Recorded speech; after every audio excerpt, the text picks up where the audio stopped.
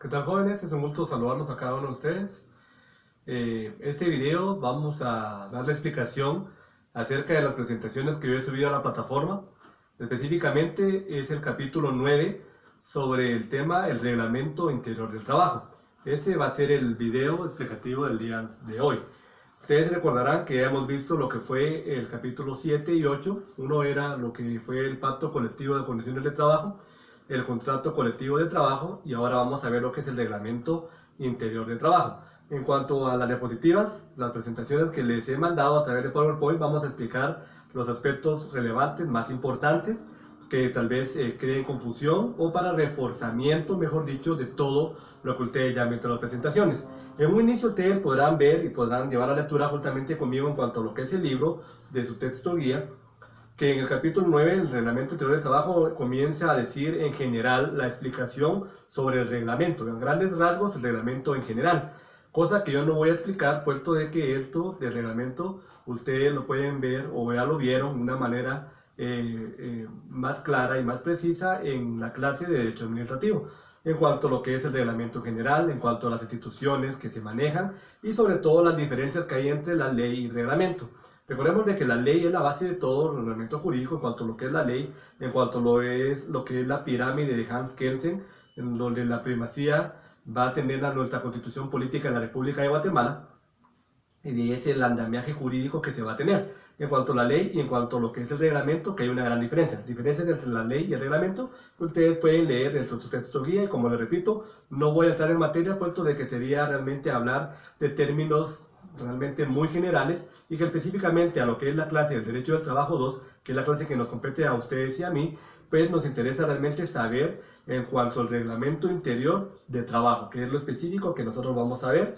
Y también hay unas clasificaciones de reglamentos también en su libro que están en las páginas 258 y 259, cosas que no vamos a ver. Nos vamos a empezar entonces hablando entonces en cuanto al reglamento interior de trabajo, en cuanto a lo que es el origen del reglamento interior de trabajo. Sabemos de que en cuanto al origen de este reglamento se da todo en cuanto a lo que fue el desaparecimiento del corporativismo y el surgimiento de una nueva situación que es la Revolución Francesa, que se postulan postulados entre la libertad, igualdad, fraternidad, en cuanto a los trabajadores y en cuanto a esas garantías que toda persona debería de tener, y no solo ciertos tipos de poderes de la monarquía.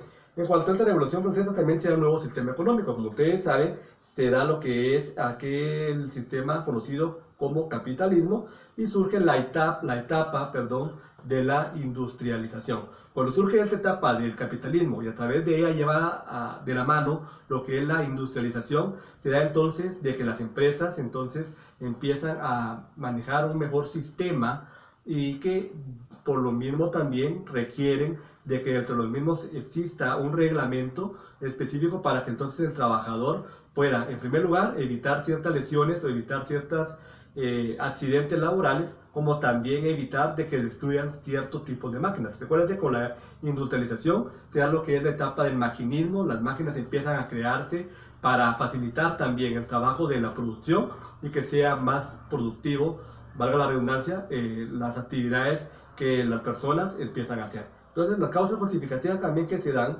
en cuanto a esto, el profesor Mario Ponce establece que en las causas justificativas del reglamento interior de trabajo se pueden señalar lo que es la histórico-técnica y lo que son las jurídicas. O sea, las histórico-técnicas son, como les decía, en cuanto a lo que son los aspectos donde se desaparece el corporativismo, como ya les dije, y empieza lo que es la situación de lo que es la industrialización, y que también entonces ya el empleador, el patrono, ya no puede venir y concentrarse en uno por uno de los trabajadores, decirle, mire, por favor, usted realice tal actividad, sino que ya son más de 10 trabajadores, y necesitan entonces venir y concentrar en una manera a sus subalternos todas las disposiciones. Es decir, ustedes van a realizar de una manera, en lo que dice el reglamento, de una manera eficaz, todo lo que son las instrucciones para un manejo efectivo y correcto de lo que es la industria y ser una manera productiva mejor.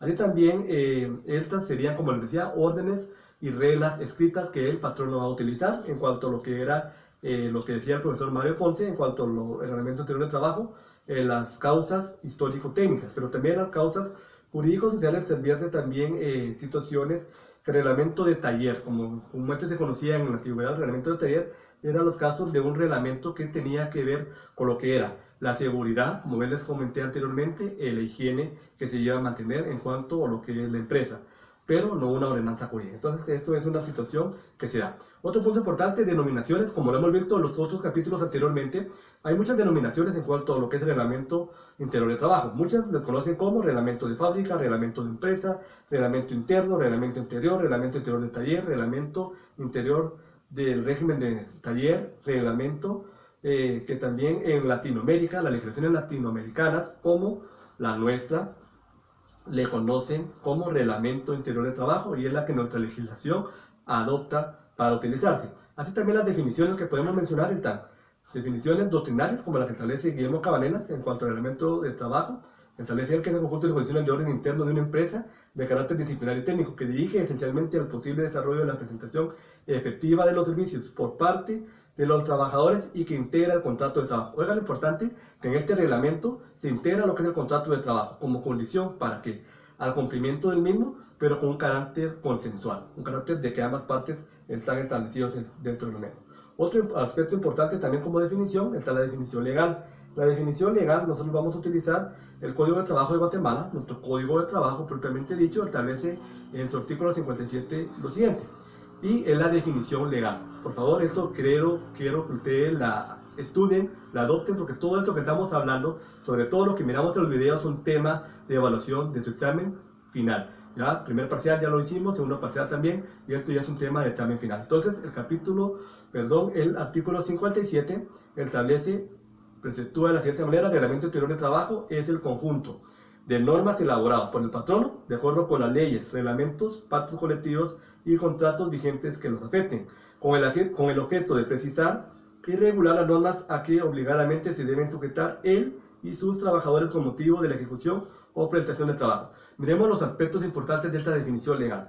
Entonces, dentro de estos aspectos están que el patrono lo va a hacer de acuerdo a que, en primer lugar, las leyes en cuanto a reglamentos, en cuanto a pactos colectivos y contrato vigente que se ha suscrito entre el empleador y los empleados, entre el trabajador y el patrono. Ese contrato va a darle forma a lo que es ese reglamento, vigentes que lo afecten. Y también, ¿cuál es el objeto? Precisar y regular normas. Este va a ser el objeto del reglamento interior.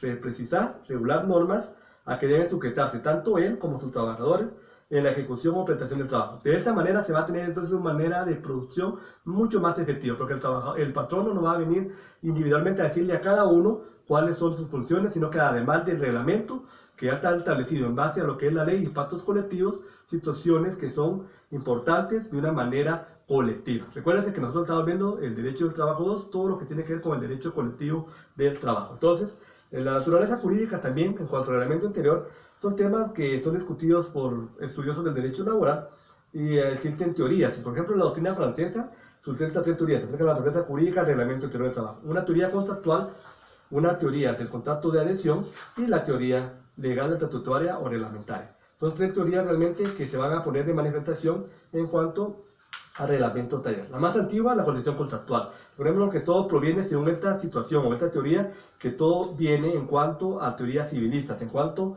a la escuela clásica civilista y que era defendida por la Corte Suprema de Casación de Francia. Y todo esto se declaraba en cuanto todo era una teoría en cuanto a base de un contrato.